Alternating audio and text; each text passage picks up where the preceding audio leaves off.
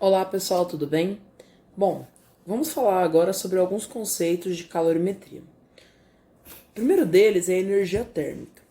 Então, entendendo que cada corpo é composto por várias partículas e que essas partículas estão em movimento, o que reflete a energia cinética delas, a gente tem que a soma das energias cinéticas das partículas que compõem um determinado corpo é a energia térmica daquele sistema.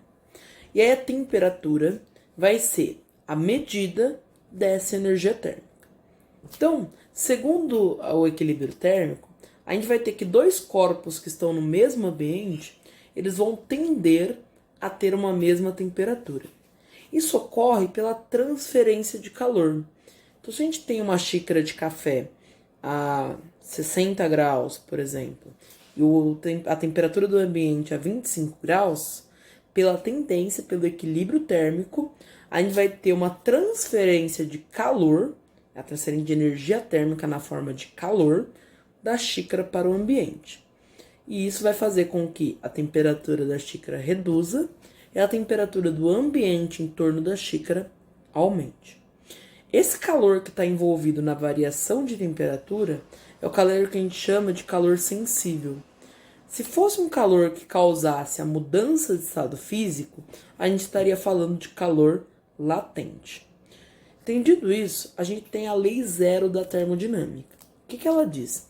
Ela vai dizer que se eu tenho três corpos, vou pegar aqui o exemplo Mário, o Luigi e o Toad, eu vou ter que, se o Mário estiver em equilíbrio com o Toad e o Toad estiver em equilíbrio com o Luigi estará em equilíbrio com o Mário. Então, é uma relação entre três ou mais corpos que estabelece esse equilíbrio dinâmico de temperatura. Além disso, a gente tem as formas de transferência de calor. Então, a gente tem que o calor ele pode ser transferido por condução, quando eu tenho contato direto entre dois corpos geralmente físicos. Então, por exemplo, se eu tenho uma panela e eu vou pegar ali na haste, na superfície da panela, ali eu vou ter uma transferência de calor da panela para o meu corpo por condução. Se a panela não tiver um material ali de borracha e a panela estiver quente, obviamente que eu vou sentir aquela temperatura. Isso porque o material metálico ele é um material que ele é um bom condutor de calor. Caso contrário, se tiver uma superfície de borracha ali, eu não vou sentir tanto aquela temperatura maior. Isso porque a borracha é um material que a gente chama de isolante. Ele é um mau condutor de calor. Então essa é a transferência por condução. O outro tipo de transferência de calor é por convecção. Pegando o mesmo exemplo, só que agora com uma panela de pressão, a gente tem que a panela de pressão vai ter ali uma quantidade de água na superfície. E aí vamos supor que, conforme passa o tempo, a gente tem que a quantidade da água que está ali mais embaixo na superfície, que está mais próxima do fogo, ela está sendo mais aquecida. Se ela está sendo mais aquecida, se ela está recebendo mais calor ali da fonte, a gente vai dizer que ela sofre uma determinada dilatação térmica. Essa dilatação faz com que o volume daquela quantidade de água aumente, que a densidade dela reduza, de forma que quando ela começar a vaporizar, ela vai tender a ir para a parte superior. Quando essa parte superior começar a ficar mais fria, ela vai descer, a parte que estava embaixo vai começar a vaporizar, e aí começa esse movimento convectivo da água subindo e voltando, subindo e voltando.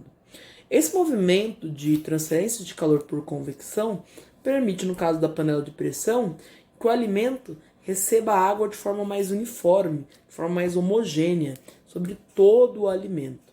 Ele não ocorre só na panela de pressão, ele também vai ocorrer em brisas marítimas e no processo da inversão térmica.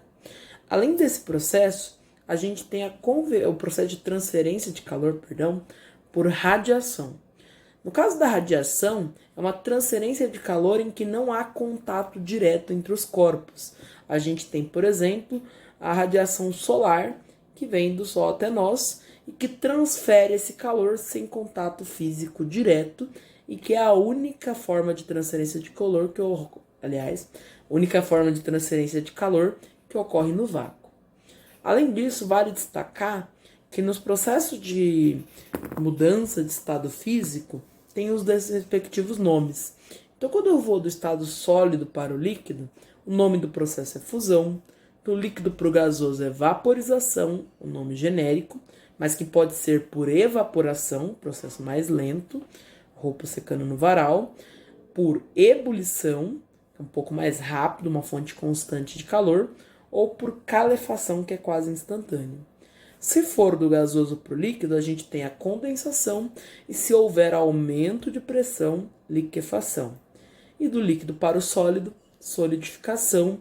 Por fim, do sólido para o gasoso, do gasoso para o sólido, a gente tem um processo que recebe o nome de sublimação. Então são esses os primeiros conceitos aí da calorimetria, importantes aí para todo o processo que a gente vai aprender depois, que envolve cálculo e a parte numérica. Ok? Até breve.